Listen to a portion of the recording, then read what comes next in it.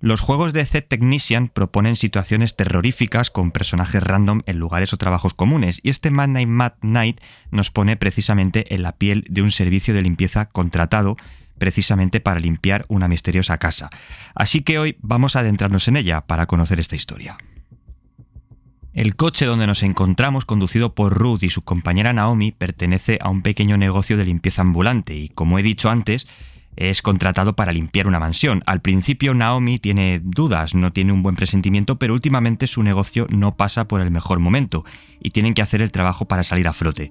Sin embargo, y para la tremenda desgracia y decepción de los personajes, reciben una llamada cancelándose el trabajo. Lo cierto es que no empiezan con muy buen pie, pero pese a ello van a la mansión por lo que pueda pasar. Llegan, aparcan la furgoneta y descubren en una nota que todas las posesiones del señor de la casa han sido vendidas y otras, en cambio, serán subastadas. Básicamente, el trabajo tanto de Ruth como Naomi consiste en empaquetar todos los objetos de la casa y meterlos en el camión. Parece más o menos sencillo, pero la cosa se les complicará un poquito más adelante.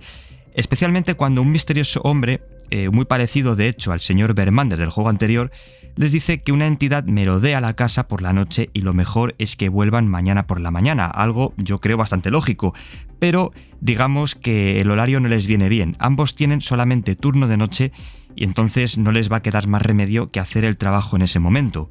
Justo en ese momento es cuando el misterioso personaje les dice a Naomi y Ruth que tengan cuidado con su padre, que estén atentos porque ha tenido numerosos demonios durante su vida y que su estado actual solamente va a peor. Las luces de la mansión emiten una extraña energía que, si se vuelven de color azul, quiere decir que esos demonios están en camino, siendo esta la mecánica base del juego. Cada vez que las velas emiten una llama azulada, tendremos que escondernos detrás de las paredes en cualquiera de las habitaciones para que no nos capturen, pero vamos a ir por partes. Si eso ocurre, tienen que esperar a que se marche para poder seguir empaquetando los objetos. Del hombre misterioso no se sabe demasiado por ahora, pero hablaremos de él después.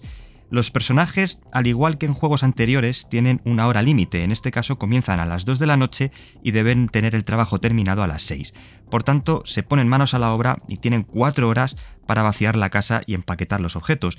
Vamos a ir un poco desentramando todo, porque más allá de eso, que es la actividad principal del juego, no ocurre mucho más. Sin embargo, el hombre misterioso nos empieza a dar pistas acerca de quién es. Nos dice que su nombre es Vermander, y sí, es el mismo personaje del juego anterior, la maldición Vermander. El caso es que nos comienza a dar pequeñas pinceladas de lo que ocurre en la casa, contándonos algo sobre el antiguo mayordomo de su padre, un hombre llamado Cornelius. Una fría mañana de enero, una ventisca bloqueó todo el pueblo. Nadie pudo moverse de casa, pero su familia, muy afortunada, tenía comida y recursos suficientes como agua, leña, etc. para varios días. Sin embargo, su padre no estaba del todo contento, ya que estaba acostumbrado a leer el periódico todas las mañanas y lógicamente no podía entrárselo dadas las condiciones climáticas que había. Pero esto le dio bastante igual. Cornelius, en lugar de ocupar su tiempo haciendo otra cosa, salió a buscarlo una mañana. Su padre no tuvo ni siquiera el detalle de darle una chaqueta o un abrigo de invierno para protegerse del frío, y Cornelius no volvió. Vermander nos dice también que desde entonces algo aparece tras la puerta todas las noches, algo que parece ser Cornelius. Así que nos advierte de que no permanezcamos demasiado tiempo fuera si no queremos encontrarnos con él. La mansión ha pertenecido a su familia durante generaciones y tras la muerte de su padre, toda la herencia es para él. Siempre ha querido purgarla de los pecados cometidos por ella y bajó también el precio en todos los alojamientos que posee, lo que nos indica que eran dueños de varios inmuebles. Todas estas acciones molestaron enormemente a su difunto padre y volvió de entre los muertos para detenerle. Vermander retrata a su padre como un hombre sin escrúpulos que siempre rompía sus promesas, algo que casa bastante con el perfil de personaje que vemos en el juego anterior, además ligados al tema de la magia negra, pero vamos a centrarnos en el tema principal, porque más tarde Vermander vuelve a advertirnos, esta vez sobre un personaje llamado Agatha, una antigua sirvienta de la mansión muy vinculada y leal a la familia. El vínculo especialmente estrecho que formó con Vermander hizo que le pidiera matrimonio y planeaban fugarse juntos, pero no lo hizo. A Vermander le preocupaba perder la herencia de la familia y sería una deshonra para él y renunciar a la riqueza de la que siempre ha estado rodeado. Sin embargo, la noche anterior a intentar escapar de la mansión, su padre les encontró. Vermander, muy enfadado, le preguntó qué había hecho con ella y su respuesta fue: está debajo de los tablones del suelo, donde pertenecía. Agatha murió a manos del padre y Vermander nos dice que su forma de manifestarse es cuando las velas se apagan de repente. Es curioso porque vemos un lado mucho más sensible de este personaje del que sabíamos anteriormente. Vermander ha sido representado como un hombre egoísta y sin escrúpulos, pero la llegada de Agatha a su vida sacó de él un lado más amable y cariñoso, de hecho, teniendo incluso miedo de haberla perdido para siempre. Ya una vez acabado el trabajo, todo empaquetado, la casa vacía, Joseph Vermander se acerca a Naomi y Ruth para agradecerles el trabajo realizado, la atmósfera extraña y opresiva del lugar y la lástima que siente por abandonarlo. Pero cuando parece que todo termina, una voz les dice que no van a ir a ninguna parte, apareciendo el fantasma de Jeremiah, el padre de Vermander.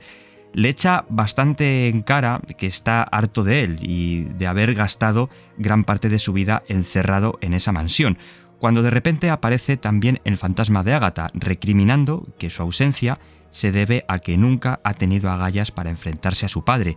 En cambio, le da la oportunidad de cumplir el viejo sueño que tenían de fugarse juntos, dejando la mansión atrás. Esta parte es la clave de la historia, porque el protagonista principal, Joseph Vermander, y dueño de la casa, se marcha cumpliendo un viejo sueño. En cambio, el padre sale en su búsqueda para detenerles, y al permanecer demasiado tiempo en el exterior, es cuando se encuentra con el fantasma de Cornelius, ofreciéndole el periódico que años atrás le pedía. Pero esta vez es distinto, porque el mayordomo quiere hacer pagar al señor de la casa el egoísmo que demostró en el pasado, y entonces sucede esto.